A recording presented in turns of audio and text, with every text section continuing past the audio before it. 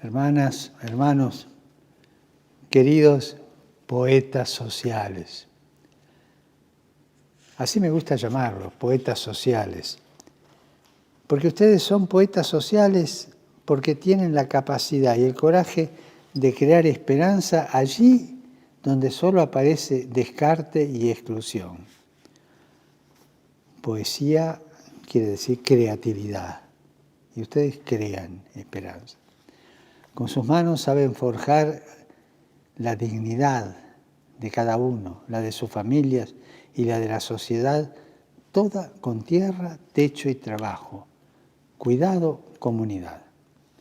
Gracias porque la entrega de ustedes es palabra con autoridad, capaz de desmentir las postergaciones silenciosas y tantas veces educadas a las que fueron sometidos, o a las que son sometidos tantos hermanos nuestros.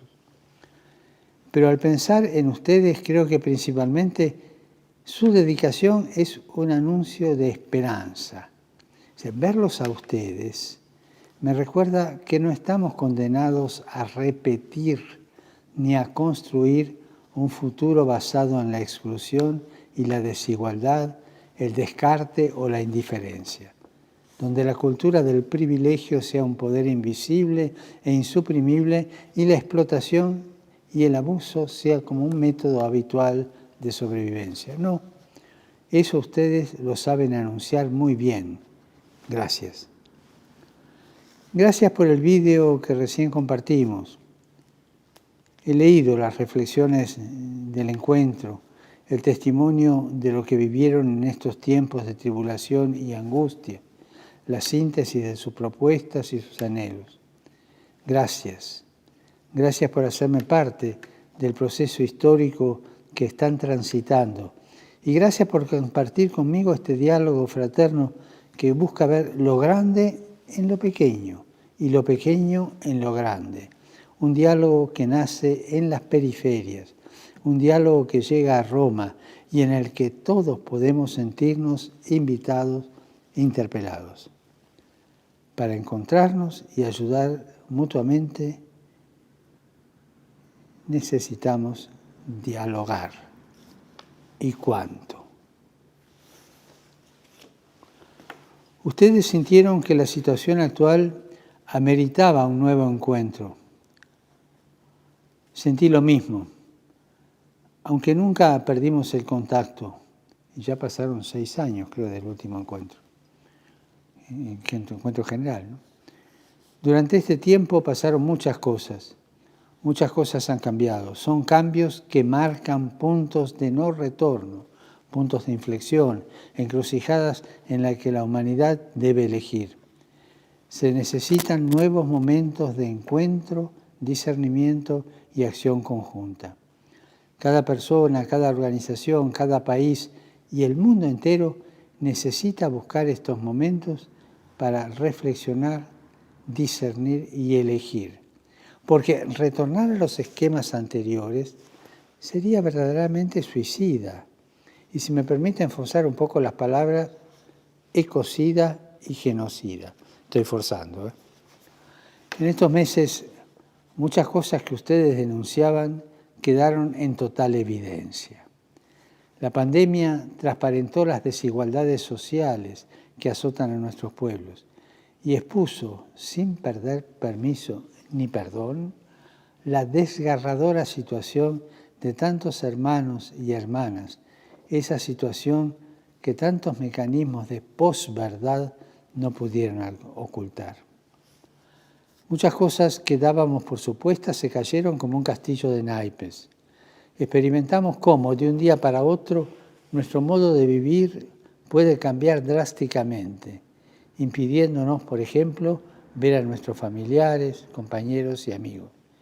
En muchos países, los estados reaccionaron, escucharon a la ciencia y lograron poner límites para garantizar el bien común y frenaron, al menos por un tiempo, ese mecanismo gigantesco que opera en forma casi automática, donde los pueblos y las personas son simples piezas. Todos hemos sufrido el dolor del encierro, Pero a ustedes, como siempre, les tocó la peor parte. En los barrios que carecen de infraestructura básica, en los que viven muchos de ustedes y cientos y millones de personas, es difícil quedarse en casa, no solo por no contar con todo lo necesario para llevar adelante las mínimas medidas de cuidado y protección, sino simplemente porque la casa es el barrio. Los migrantes, los indocumentados, los trabajadores informales sin ingresos fijos se vieron privados, en muchos casos, de cualquier ayuda estatal e impedidos de realizar sus tareas habituales, agravando su ya lacerante pobreza. Una de las expresiones de esta cultura de la indiferencia es que pareciera que este tercio suficiente de nuestro mundo no reviste interés suficiente para los grandes medios y los formadores de opinión. No aparece. Permanece escondido, acurrucado. Quiero referirme también a una pandemia silenciosa que desde hace años afecta a niños, adolescentes y jóvenes de todas las clases sociales. Y creo que durante este tiempo de aislamiento se incrementó aún más. Se trata del estrés y la ansiedad crónica, vinculada a distintos factores como la hiperconectividad, el desconcierto y la falta de perspectivas de futuro que se agrava ante el contacto real con los otros. Familias, escuelas, centros deportivos, oratorios, parroquias. En definitiva, la falta de contacto real con los amigos, porque la amistad es la forma en que el amor resurge siempre. Es evidente que la tecnología puede ser un instrumento de bien, y es un instrumento de bien, que permite diálogos como este y tantas otras cosas, pero nunca puede suplantar el contacto entre nosotros. Nunca puede suplantar una comunidad en la cual enraizarnos y hacer que nuestra vida se vuelva fecunda. Y si de pandemia se trata, no podemos dejar de cuestionarnos por el flagelo de la crisis alimentaria. Pese a los avances de la biotecnología, millones de personas fueron privadas de alimento, aunque estos estén disponibles. Este año, 20 millones de personas más se han visto arrastradas a niveles extremos de inseguridad alimentaria, ascendiendo a millones de personas. La indigencia grave se multiplicó, el precio de los alimentos escaló un altísimo porcentaje.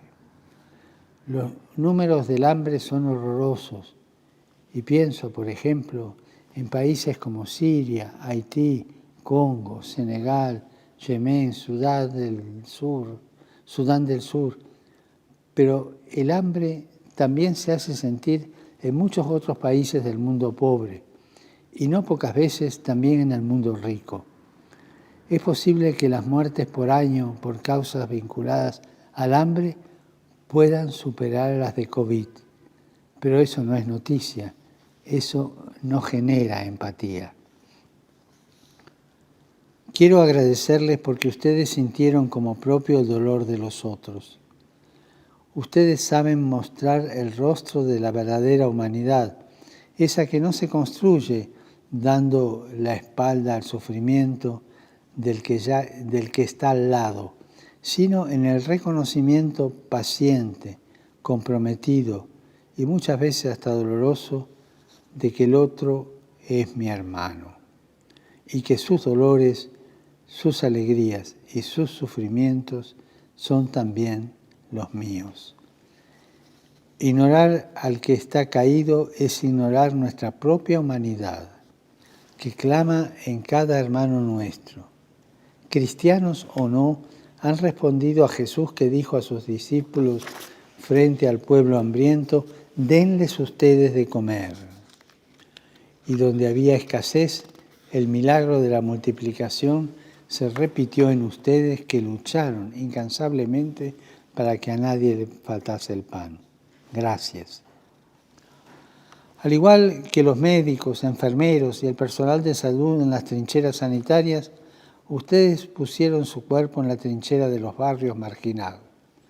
Tengo presente muchos, entre comillas, mártires de esa solidaridad sobre quienes supe por medio de muchos de ustedes. El Señor se los tendrá en cuenta. Si todos los que por amor lucharon juntos contra la pandemia pudieran también soñar juntos un mundo nuevo, qué distinto sería todo. Soñar juntos.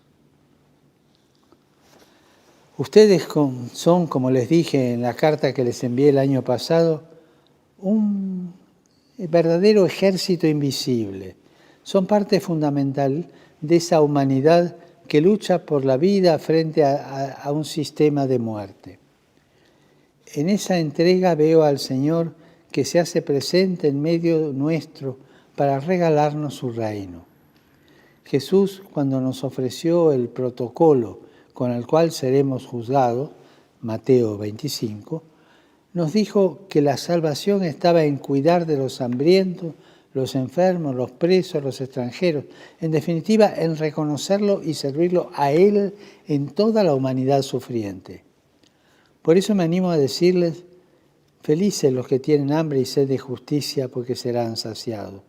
Felices los que trabajan por la paz, porque serán llamados hijos de Dios. Queremos que esa bienaventuranza se extienda, que permee y unja cada rincón y cada espacio donde la vida se vea amenazada. Pero nos sucede como pueblo, como comunidad, como familia e inclusive individualmente tener que enfrentar situaciones que nos paralizan, donde el horizonte desaparece y el desconcierto, el temor, la impotencia y la injusticia parece que se apoderan del presente. Experimentamos también resistencias a los cambios que necesitamos y que anhelamos. Resistencias que son profundas, enraizadas, que van más allá de nuestras fuerzas y decisiones. Esto es lo que la doctrina social de la Iglesia llamó estructuras de pecado, que estamos llamados también nosotros a convertir y que no podemos ignorar a la hora de pensar el modo de accionar. El cambio personal es necesario, pero es imprescindible también ajustar nuestros modelos socioeconómicos para que tengan rostro humano, porque tantos modelos lo han perdido. Y pensando en estas situaciones, me vuelvo pedigüeño y paso a pedir. A pedir a todos. Y a todos quiero pedirles en nombre de Dios, a los grandes laboratorios que liberen las patentes, tengan un gesto de humanidad y permitan que cada país, cada pueblo, cada ser humano tenga acceso a las vacunas. Hay países donde solo el 3-4% de los habitantes fueron vacunados. Quiero pedirles en nombre de Dios a los grupos financieros y organismos internacionales de crédito que permitan a los países pobres garantizar las necesidades básicas de su gente y condonen esas deudas tantas veces contraídas contra los intereses de esos mismos pueblos. Quiero pedirles en nombre de Dios a las grandes corporaciones extractivas mineras, petroleras, forestales, inmobiliarias, agronegocios, que dejen de destruir los bosques, humedales y montañas, dejen de contaminar los ríos y los mares, dejen de intoxicar los pueblos y los alimentos. Quiero pedirles en nombre de Dios a las grandes corporaciones alimentarias que dejen de imponer estructuras monopólicas de producción y distribución que inflan los precios y terminan quedándose con el pan del hambriento. Quiero pedirles en nombre de Dios a los fabricantes y traficantes de armas que cesen totalmente su actividad, una actividad que fomenta la violencia y la guerra, y muchas veces en el marco de juegos geopolíticos que cuestan millones de vidas y de desplazamientos. Quiero pedirles en nombre de Dios a los gigantes de la tecnología que dejen de explotar la fragilidad humana, las vulnerabilidades de las personas para obtener ganancias sin considerar cómo aumentan los discursos de odio, el grooming, las fake news, las teorías conspirativas, la manipulación política. Quiero pedirles en nombre de Dios a los gigantes de las telecomunicaciones que liberen el acceso a los contenidos educativos y el intercambio con los maestros por Internet para que los niños pobres también puedan educarse en contextos de cuarentena. Quiero pedirles en nombre de Dios a los medios de comunicación que terminen con la lógica de la posverdad, la desinformación, la difamación, la calumnia y esa fascinación enfermiza por el escándalo y lo sucio, que busquen contribuir a la fraternidad humana y a la empatía con los más vulnerados. Quiero pedirles en nombre de Dios a los países poderosos que cesen las agresiones, bloqueos, sanciones unilaterales contra cualquier país en cualquier lugar de la tierra. No al neocolonialismo. Los conflictos deben resolverse en instancias multilaterales como las Naciones Unidas. Ya hemos visto cómo terminan las intervenciones, invasiones y ocupaciones unilaterales, aunque se hagan bajo los más nobles motivos o ropajes. Este sistema, con su lógica implacable de la ganancia, está escapando a todo dominio humano.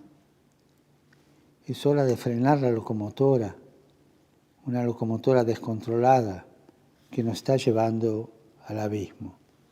Todavía estamos a tiempo. A los gobiernos en general, a los políticos de todos los partidos, quiero pedirles junto a los pobres de la tierra que representen a sus pueblos y trabajen por el bien común. Quiero pedirles el coraje de mirar a sus pueblos, mirar a los ojos de la gente. Y la valentía de saber que el bien de un pueblo es mucho más que un consenso entre las partes. Cuídense de escuchar solamente a las élites económicas, tantas veces portavoces de ideologías superficiales que eluden los verdaderos dilemas de la humanidad.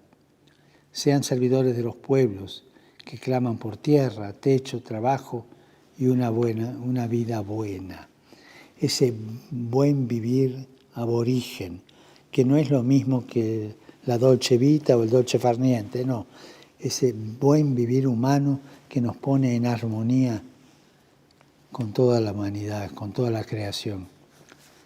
Quiero pedir también a todos los líderes religiosos que nunca usemos el nombre de Dios para fomentar guerras ni golpes de Estado. Estemos junto a los pueblos, a los trabajadores, a los humildes, y luchemos junto a ellos para que el desarrollo humano integral sea una realidad. Tendamos puentes de amor para que la voz de la periferia con sus llantos, pero también con su canto y también con su alegría, no provoque miedo, sino empatía en el resto de la sociedad.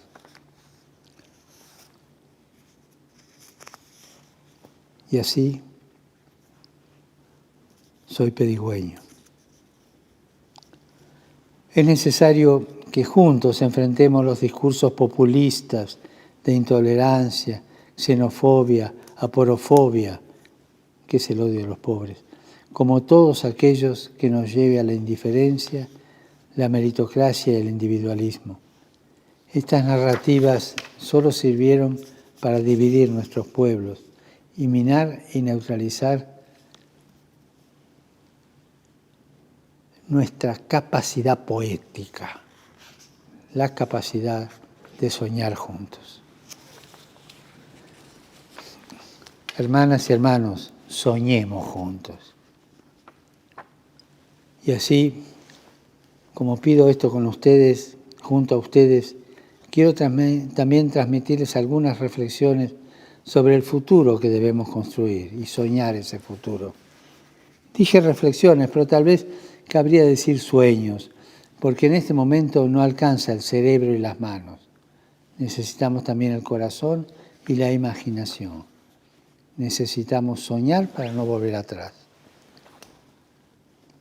Necesitamos utilizar esa facultad tan excelsa del ser humano que es la imaginación. Ese lugar donde la inteligencia, la intuición, la experiencia, la memoria histórica se encuentran para crear, componer, aventurar y arriesgar. Soñemos juntos porque fueron precisamente los sueños de libertad e igualdad, de justicia y dignidad, los sueños de fraternidad, los que mejoraron el mundo.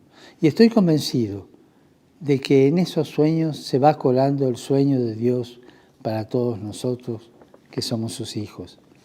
Soñemos juntos, sueñen entre ustedes, sueñen con otros, sepan que están llamados a participar en los grandes procesos de cambio, como les dije en Bolivia. El futuro de la humanidad está en gran medida en sus manos, en su capacidad de organizarse, en su capacidad de promover alternativas creativas. Está en sus manos. Pero esas son cosas inalcanzables, dirá alguno. Sí, pero tienen la capacidad de ponernos en movimiento, de ponernos en camino. Y ahí reside precisamente toda la fuerza de ustedes, todo el valor de ustedes, porque son capaces de ir más allá de miopes autojustificaciones y convencionalismos humanos, que lo único que logran es seguir justificando las cosas como están. Sueñen juntos. No caigan en esa resignación dura, ¿no? y perdedora, ¿no? Que el tango lo expresa también. Dale que va, que todo es igual, que allá en el horno se vamos a encontrar. No caigan en eso, por favor. Los sueños son siempre peligrosos para aquellos que defienden el statu quo, porque cuestionan la parálisis que el egoísmo del fuerte o el conformismo del débil quieren imponer. Y aquí hay como un pacto no hecho, pero es inconsciente, ¿no? El egoísmo del fuerte con el conformismo del débil. Esto no puede funcionar así. Los sueños desbordan los límites estrechos que se nos imponen y nos proponen nuevos mundos posibles. Y no estoy hablando de ensoñaciones rastreras que confunden el vivir bien con pasarla bien, que no es más que un pasar el rato para llenar el vacío de sentido y así quedar a merced de la primera ideología del mundo. No es eso. Sino soñar para ese buen vivir en armonía con toda la humanidad y con la creación. Pero ¿cuál es uno de los peligros más grandes que enfrentamos hoy? A lo largo de mi vida, no tengo 15 años, o sea, cierta experiencia tengo, pude darme cuenta de que de una crisis nunca se sale igual. De esta crisis de la pandemia no vamos a salir igual. O salimos mejor o se sale peor. Iguales antes no. Pero nunca saldremos igual. Y hoy día tenemos que enfrentar juntos, siempre juntos, esta cuestión. ¿Cómo saldremos de esta crisis? ¿Mejores o peores? Queremos salir ciertamente mejores, pero para eso debemos romper las ataduras de lo fácil y la aceptación dócil de que no hay otra alternativa, de que este es el único sistema posible, esa resignación que nos anula, de que solo podemos refugiarnos en el sálvese quien pueda. Y para eso hace falta soñar. Me preocupa que mientras estamos todavía paralizados, ya hay proyectos en marcha para rearmar la misma estructura socioeconómica que teníamos antes, porque es más fácil. Elijamos el camino difícil, salgamos mejor. En Fratelli Tutti utilicé la parábola del buen samaritano como la representación más clara de esta opción comprometida en el Evangelio. Me decía un amigo que la figura del buen samaritano está asociada por cierta industria cultural a un personaje medio tonto. es la distorsión que provoca el hedonismo depresivo, con el que se pretende neutralizar la fuerza transformadora de los pueblos, y en especial de la juventud. ¿Saben lo que me viene a la mente a mí ahora, junto a los movimientos populares, cuando pienso en el buen samaritano? ¿Saben lo que me viene a la mente? Las protestas por la muerte de George Floyd. Está claro que este tipo de reacciones contra la injusticia social, racial o machista pueden ser manipuladas o instrumentadas para maquinaciones políticas y cosas por el estilo. Pero lo esencial es que ahí, en esa manifestación contra esa muerte, estaba el samaritano colectivo, que no era ningún bobeta. Ese movimiento no pasó de largo cuando vio la herida de la dignidad humana golpeada por semejante abuso de poder. Los movimientos populares son, además de poetas sociales, samaritanos colectivos. En estos procesos hay tantos jóvenes que siento esperanza, pero hay muchos otros jóvenes tan tristes que tal vez para sentir algo en este mundo necesitan recurrir a las consolaciones baratas que ofrece el sistema consumista y narcotizante. Y otros, es triste, pero otros optan por salir del sistema. Las estadísticas de suicidios juveniles no se publican en su total realidad. Lo que ustedes realizan es muy importante, pero también es importante que logren contagiar a las generaciones presentes y futuras lo mismo que a ustedes les hace arder el corazón. Tienen en esto un doble trabajo y responsabilidad. Seguir atentos como el buen samaritano a todos aquellos que están golpeados por el camino, pero a su vez buscar que muchos más se sumen en este sentir. Los pobres y oprimidos de la tierra se lo merecen. Nuestra casa común nos lo reclama. Quiero ofrecer algunas pistas. La doctrina social de la Iglesia no tiene todas las respuestas, pero sí algunos principios que pueden ayudar a este camino a concretizar la respuesta y ayudar tanto a los cristianos como a los no cristianos. A veces me sorprende que cada vez que hablo de estos principios, algunos se admiran y entonces el Papa viene catalogado con una serie de epítetos que se utilizan para reducir cualquier reflexión a la mera adjetivación degradatoria. No me enoja, me entristece. Es parte de la trama de la posverdad que busca anular cualquier búsqueda humanista alternativa a la globalización capitalista. Es parte de la cultura del descarte y es parte del paradigma tecnocrático. Los principios que expongo son mesurados, humanos, cristianos, compilados en el compendio elaborado por el entonces Pontificio Consejo, Justicia y Paz. Es un manualcito de doctrina social de la Iglesia.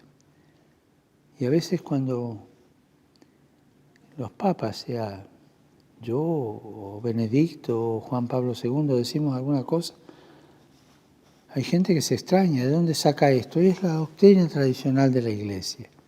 Hay mucha ignorancia en esto. Los principios que pongo están en ese libro. En el capítulo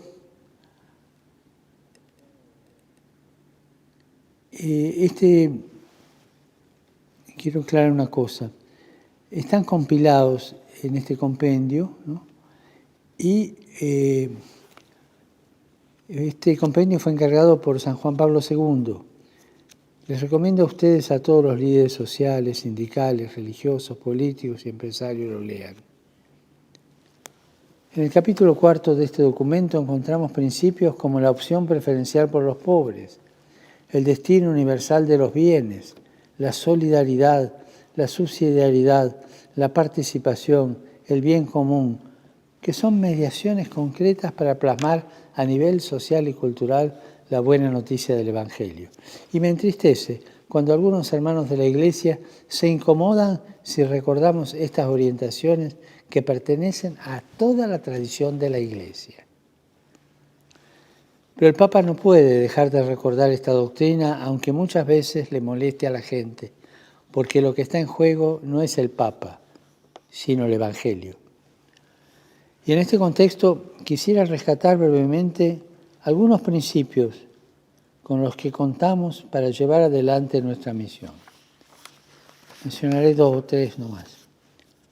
Uno es el principio de solidaridad. La solidaridad no solo como virtud moral, sino como principio social, principio que busca enfrentar los sistemas injustos con el objetivo de construir una cultura de la solidaridad que exprese, literalmente dice el compendio, una determinación firme y perseverante de empeñarse por el bien común. Otro principio es estimular y promover la participación y la subsidiariedad entre movimientos y entre los pueblos, capaz de limitar cualquier esquema autoritario, cualquier colectivismo forzado o cualquier esquema estadocéntrico. El bien común no puede utilizarse como excusa para aplastar la iniciativa privada, la identidad local o los proyectos comunitarios. Por eso, estos principios promueven una economía y una política que reconozca el rol de los movimientos populares, la familia, los grupos de asociaciones, las realidades territoriales locales, en definitiva, aquellas expresiones agregativas de tipo económico, social, cultural, deportivo, recreativo, profesional y político a las que las personas dan vida espontáneamente y que hacen posible su efectivo crecimiento social. Esto en el número 185 del compendio. Como ven, queridos hermanos, queridas hermanas, son principios equilibrados y bien establecidos en la doctrina social de la Iglesia. Con estos 2 principios creo que podemos dar el próximo paso del sueño a la acción, porque es tiempo de actuar. Muchas veces me dicen, Padre, estamos de acuerdo, pero en concreto, ¿qué debemos hacer? Yo no tengo la respuesta. Por eso debemos soñar juntos y encontrarla entre todos. Sin embargo, hay medidas concretas que tal vez permitan algunos cambios significativos.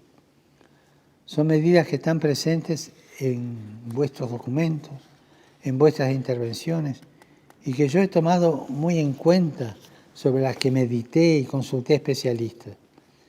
En encuentros pasados hablamos de la integración urbana, la agricultura familiar, la economía popular. A estas que todavía exigen seguir trabajando juntos para concretarlas, me gustaría sumarle 2 más: el salario universal y la reducción de la jornada de trabajo. Un ingreso básico, el IBU, o salario universal, para que cada persona en este mundo pueda acceder a los más elementales bienes de la vida. Es justo luchar por una distribución humana de estos recursos. Y es tarea de los gobiernos establecer esquemas fiscales y redistributivos para que la riqueza de una parte sea compartida con la equidad, sin que esto suponga un peso insoportable, principalmente para la clase media. Generalmente, cuando hay estos conflictos, es la que más sufre. No olvidemos que las grandes fortunas de hoy son fruto del trabajo, la investigación científica y la innovación técnica de miles de hombres y mujeres a lo largo de generaciones.